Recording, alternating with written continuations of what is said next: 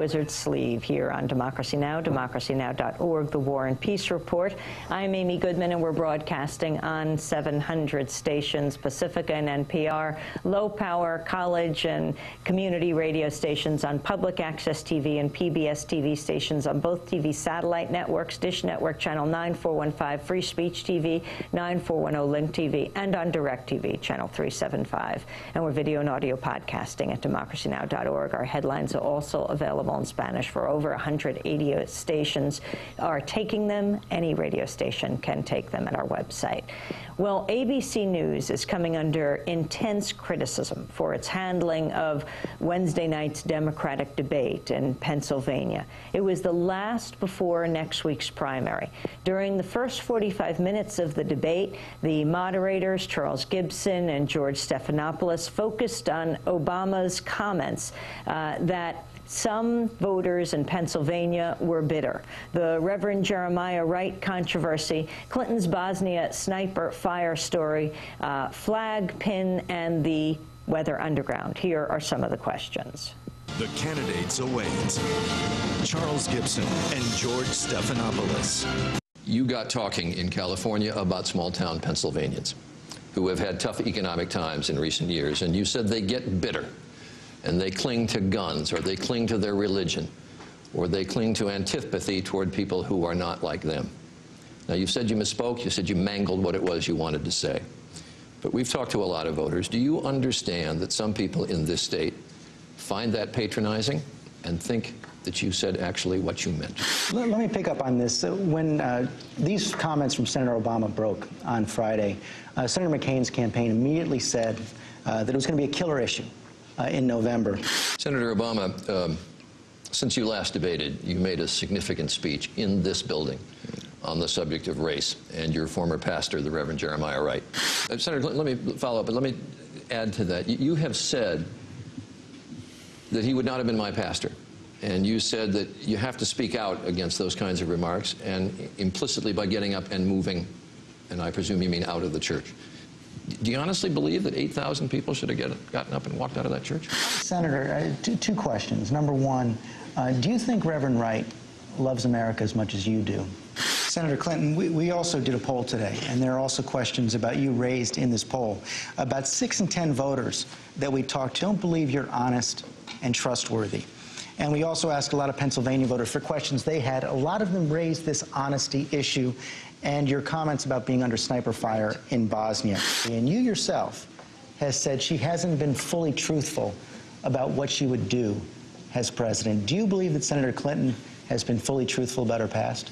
The question raised by a voter in Latrobe, Pennsylvania, a woman by the name of Nash McCabe. Take a look. Senator Obama, I have a question, and I want to know if you believe in the American flag. I am not questioning your patriotism, but all our servicemen, policemen, and EMS wear the flag. I want to know why you don't. Follow-up on this issue, general theme of patriotism in your relationships. A gentleman named William Ayers.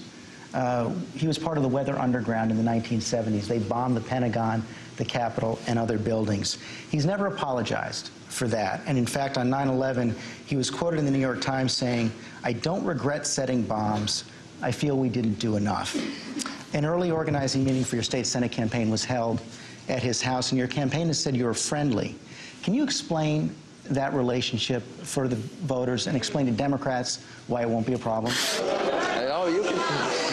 The crowd's turning on me. The crowd is turning on me. Just some of the questions in the first half of last night's presidential debate on ABC. The primetime debate was seen by 10.7 million people, according to Nielsen Media Research. That's the most of any debate this election cycle. According to the Associated Press, nearly 17,000 comments were posted on ABC News' website by Thursday evening. The tone overwhelmingly negative. Tom Shales of the Washington Post said Gibson and Stephanopoulos, quote, turned in shoddy, despicable performances. The media critic, Greg Mitchell, said it was, quote, perhaps the most embarrassing performance by the media in a major presidential debate in years. Salon.com said, quote, I'm not sure if we've seen anything quite as train wreck, cover your eyes bad as the spectacle on ABC last night.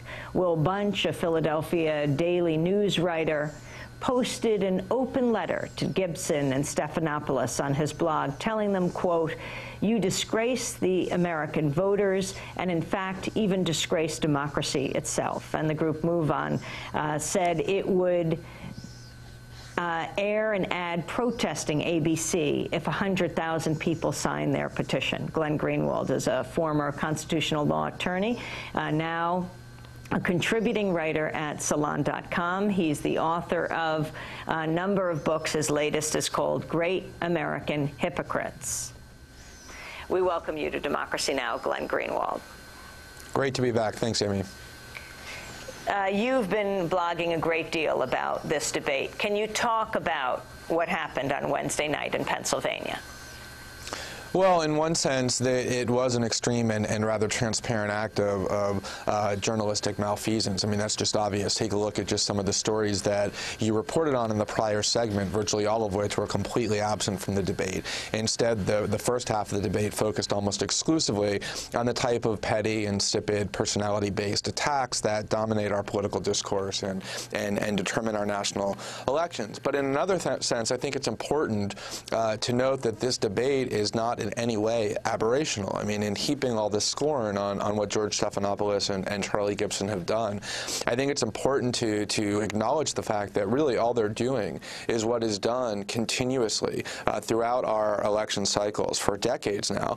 This was sort of a more transparent act because all of these vapid questions were bunched together at the beginning. But it's worth recalling that over the past couple of weeks, the news cycle was dominated by the scandal that Barack Obama wants to be president of the United States, even though he doesn't bowl very well, which was followed by the comments that he made in San Francisco, what Maureen Dowd in the New York Times called the capital of elitism, and prior to that there was the lapel pin controversy, the never-ending fixation on Jeremiah Wright's video, the comments made by Barack Obama's wife Michelle, all of this culminating in this theme that Barack Obama is this exotic, bizarre, elitist, out of touch with mainstream American values, subversive, anti-American. And these are the themes which over and over and over and over again are used to demolish and destroy the character and personality of Democrats and progressives, going all the way back to Jimmy Carter, Walter Mondale, Michael Dukakis, and on, to the point where none of the substantive issues and the weighty crises that our country faces in every realm are really a part of our national elections. And I think Charlie Gibson and George Stephanopoulos, though a bit more extreme and really more transparent, I would say, in just how vapid they are, we're really doing what the establishment media does pretty much without exception in terms of how it covers our political culture. George Stephanopoulos, the former Clinton aide, President Clinton, said he had asked fair, tough questions, the kind of questions that would be asked later. What is your response to that, Glenn Greenwald? This is the justification that reporters use repeatedly whenever they focus on insipid, substance-free stories. They pretend that if it were strictly up to them, they, of course, would focus on the serious, substantive matters that the country faces because they're politically sophisticated observers. The problem, they say, is that Americans, the sort of heartland voter whom they patronizingly look down upon, is interested in these sort of personality-based, drudge-like issues, and therefore they have no choice but to report them, since these are the issues that are going to predominate in our political process. Now, leave aside the question as to whether or not journalists, holding themselves out as political journalists, have an obligation to focus on the more substantive matters independent of what they can do in order to generate as high ratings as possible. Even if you assume that political journalism ought to simply feed the public whatever the public wants, wants. There's no evidence whatsoever to suggest that the American public is more interested in Barack Obama's bowling score or whether he wears a lapel pin than they are in how our political leaders are going to address the grave economic insecurities that the country faces or extricate ourselves from the debacle in Iraq that's becoming increasingly savage and brutal without any end in sight. This is a fiction, an invention on the part of political journalists to justify their never-ending coverage of trash. And in fact, there's much evidence to suggest, and you can ask any political elected official, that when they go back to their district, what they hear continuously are grave complaints from their constituents and others about just how ridiculous and inane political coverage is and how dominated it is by matters that have nothing to do with their lives and with the problems that they face. And these journalists believe that they're sort of spokespeople for the people in the heartland and speak for them and patronizingly say that they're interested in these insipid issues and that's why they're covered. The reality is there's no connection between the establishment journalistic class and the people whom they claim to represent. And the reason they cover those issues is because they, the journalists, want to cover them, not because the people want to hear them.